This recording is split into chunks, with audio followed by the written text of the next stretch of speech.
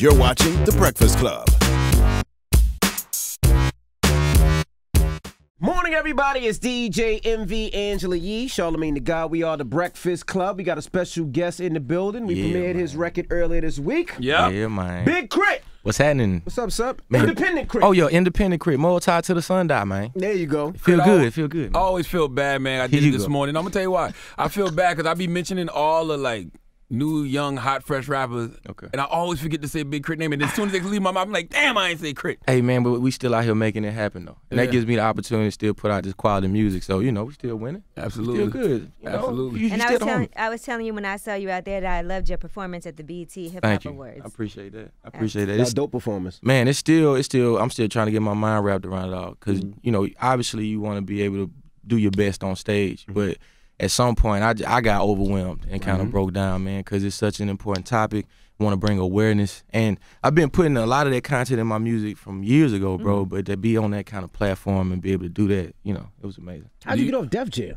Huh? How'd you get off Def Jam? Hey, man, because, you know, I don't know, man. They left me in the dungeon as a dragon. It was cool, and then they just forgot about me. So I kind of creeped on about that thing, and I'm free, and I'm a real kind of free. And then I finally got to perform on the award show after the fact.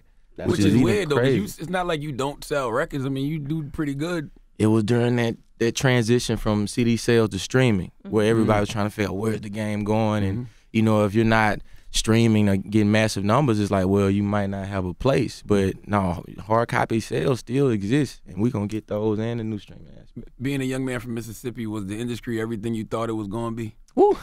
Yeah, because it's like the whole idea, like you got to get out here and still make it work for you. And there's so many sharks, and all those warnings, like, yo, when you put your name on that contract, you might not never get out the deal.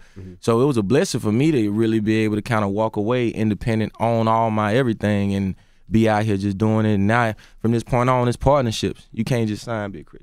You look even younger now than you did when you first came out. Oh, man, I lost like 30-something pounds. You know what I'm saying? Younger. I eat vitamins and stuff now. Like, I'm chilling. I ain't drinking as much. You feel me? And, and I grew this beard. Right. So when you first came into the game, you felt like it was a lot of social drinking and not eating right and not being healthy, and now you've been more conscious of that? Yeah, definitely. I mean, when you get a little bit of money, especially when, for me, it was like I just overindulged. You know, I was going to Roof Chris, Del Frisco. As soon as we leave here, I'm at Del Frisco every time. Like, bro, give me 3 appetizers, the steak, I'm going in. And before you know it, you 30 pounds in. And your chest hurting, and you like, man, I'm only 27 years old. It's like that freshman 30. You're like, I'm done with that though. So you like vegan now, or? No, I'm still cranking the steak here and there, but I done calm down, man, because I'm trying to be here as long as I possibly can. You know, being on stage and sweating it out and being heavy, that ain't working. And y'all done seen the performance. Did something happen that made you feel like I gotta clean this up? I mean, I would say just the drinking aspect, and you start waking up, your back start hurting, and then you start seeing a lot of people they're in the industry, they're older than you, and they getting right. You know what I'm saying? I was watching Luda go in and Slim Thug and all these people. I'm like, man, I got to get it together. They trying to let me know, like, all right, youngin, you need to start eating better. And then before long, you know, you get in the gym, you start training, you start feeling better. You on stage, you feel better, and then everybody can see it on you, like, hey, man, you looking better. Right. So that's enough for me. As long as you can look down and see your dick, you're fine. Hey, that's a great thing. That's all it boils down Hey, that's what I'm trying. It was getting to the point where I was like, hold on. Lord, and then if you resting your hands on your stomach while you kicking it, man, I was. Should we get to produce this out? And that's what was going on. You know it's real when your partners is like, man, you eating real good, KRIT, and you don't know if that's a compliment. And then before you know it, somebody says that. I'm in the mirror like, man, my chain don't really bounce on my chest like it used to because it's resting. Yeah. Nah, we fixed that. Now, the verse you did at the BET Hip Hop Awards, that was from a song called Might Not Be Okay. Might Not Be Okay, man. Why might not it be okay? Well, shout out to the homie Kenneth Whalum, because I did the record with him, amazing musician, amazing artist, and he's the person singing on the hook, and he produced the record. But it was right after Mr. Sterling that got killed, and the footage that came out, I had dropped 12 for 12 that day, and then that night, everybody saw that footage. And for me as an artist, it really hurt me, because I was like, man, I'm doing music, I'm trying to say these things and be aware, but is music really helping people? Is it healing anything? And I probably took a whole week off from writing or even worrying about going to the studio, and I called Kenneth, and I was like, man, at some point, what if it's not okay? Like, what if it's a higher level of this that we aren't realizing, where it's gonna take it's that good and evil, it's those energies that's gonna fix this? What if just our conscious mind can't get wrapped around, like, there's just some people that don't want to see you breathe, and it's nothing you can do about that. And so that was the idea, to create a song that was so honest, me not really trying to be a superhero rapper and, oh, we gonna be good. Like, nah, man, like, what if this isn't okay? That record resonates with me because that's truly how you feel. Like, you wake up some mornings and you like, what can I do in that situation? Man. And somebody always says to me, like, people be like, what's the difference between black on black crime and police brutality? For me, the biggest difference is if a brother tries to get at me, I can defend myself. Yeah. I can't do that with the police. You don't know what to do. Yeah, that gives you a helpless feeling. And that's kind of scary now. It's like, you don't know what to do. Like, back in it, it's like, all right, man, I'm just worried about going to jail. Yeah. I get pulled over, no sudden moves, it's just gonna grab me. You don't know what to do. Now you like, okay, I don't know how he feeling today. Yeah. You know what I'm saying? And so that's a scary thing. And I said something on another interview. I was telling them, man, people don't pull over because they not scared of you. They pull over because they're scared. Like, man, okay, let me get over here. The people that take off and trying to get through traffic while you chase them, they ain't scared. Yeah. Right. You know, like, those are the people who like, man, if I'm pulled over, bro, I'm really like, whew. I want to make it home. Yeah, exactly. Like, exactly. I pull over nowadays when the blue light's not on. Like, if I'm driving and I see a cop behind me, you just I'm over. like, I let him pass. That I let him pass. I'm like, I don't want no problem. I don't even want to do that because I feel like that looks suspicious. That looks a little suspicious. I don't care. Crank the gas station or something if you just feel like you just gonna pull over. I pull over, jump out, go act like I'm getting something, come back out, like, okay. The other day I got pulled over right around the corner from my house, and I had two of my friends in the car. They pulled us over. We all put our hands up, like, we don't have nothing in. They was like, put your hands down, stop playing. I was like, we're not playing. We just want to make sure everybody's good. Wow. Good to go. And they just let me go because I think they were a little offended. You don't know that we were being really nervous. Have you seen the documentary on Netflix, 13? No, not yet. Oh, you got to watch it because it speaks to what y'all talking about in the record too, because it's they break down about how it went from slavery to segregation to like the Criminal Rights Act, Criminal Justice Act of 1964. I forgot which one it was. The one that Hillary did with the bill. And now it talks about Van Jones says, you know, something else is coming, and that's what it seems like now. It seems like it's some social engineering going on. Like what's next that they're gonna try to use to just get rid of us? Hey man, ain't no telling. I'm definitely gonna check it out. But I've been watching these debates, man, and it's been really like, this is like reality TV. I personally have never seen a rap beef. So it's like, this is like rap beef in politics. It's so crazy. And I'm like, man, I'm just waiting on somebody to really kick a verse. Like, for real though. Because it's like, man, like, you get down to the politics and what you might really want to happen in your community, all the specs, and it's like sometimes they can't even talk about what's really going on and what you really scared of because they like going neck and neck at each other. And I'm like, man, you don't know what to do at this point. So, yeah, man. Good time for an artist like you, though. Hey, man, but is that the narrative? Right. Just like for me, like, no.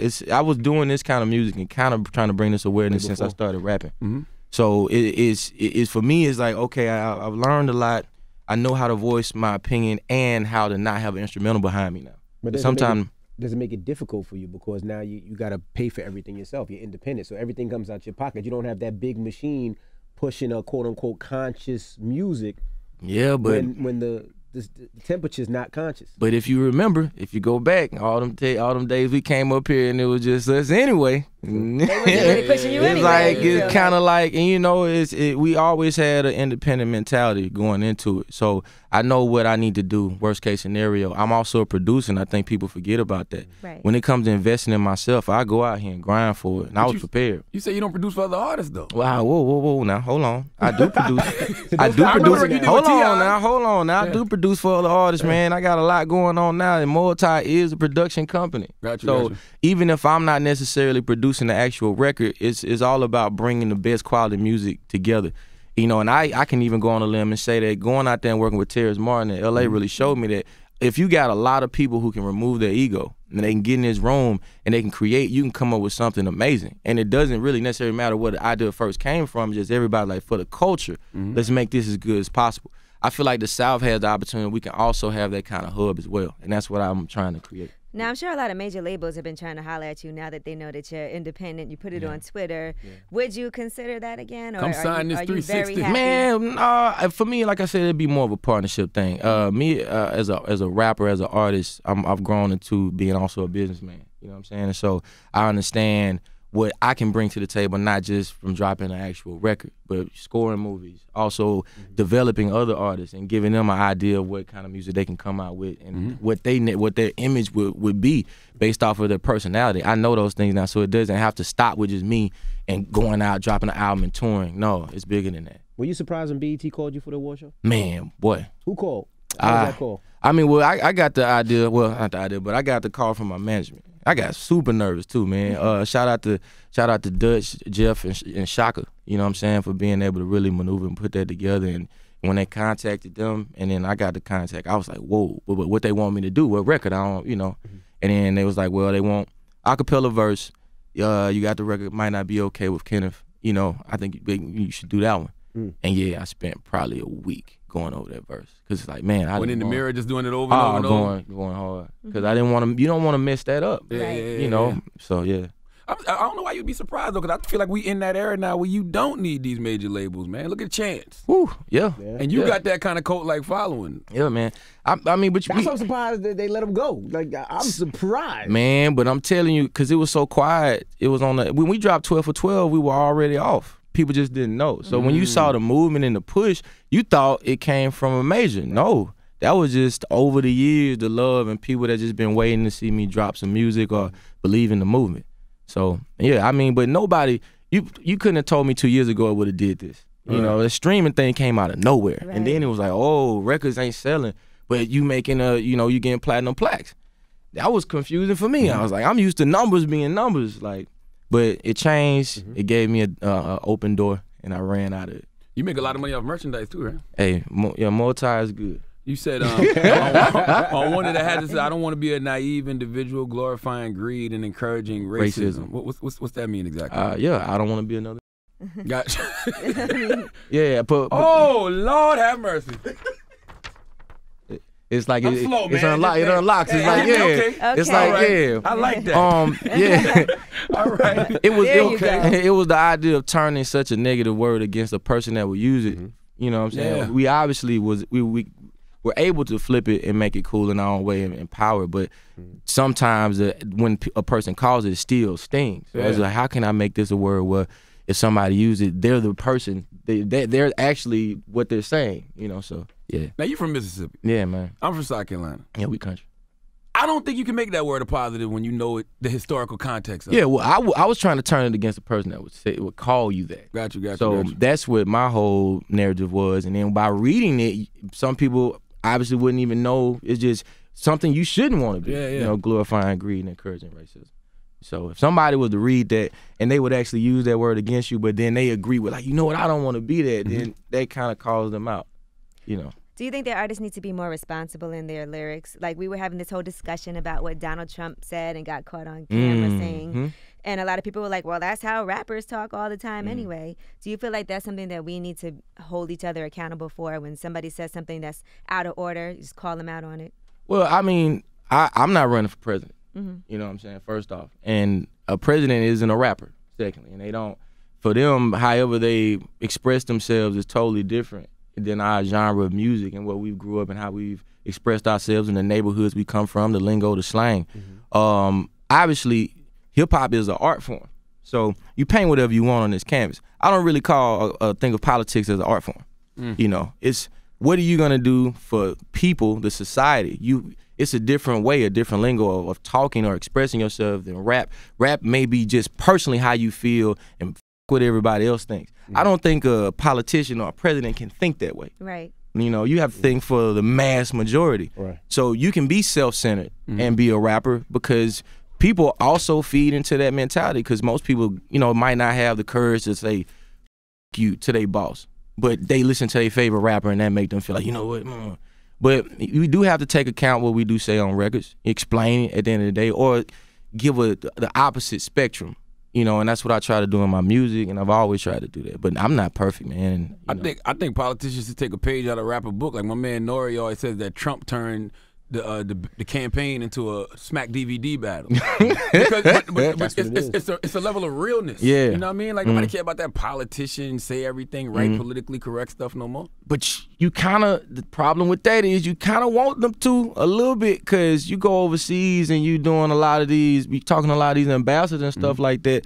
You don't want to just be, yeah, man, boom, boom, boom, boom, boom. And I'm like, what the is wrong? I definitely don't want the president to be like, boom, boom, boom, boom, boom. Yeah, like we need the whole. You know, nah, man, you gotta, cause you speaking for the people. Country. Yeah. You can't be make us look crazy. Yeah. No, you can't be like that.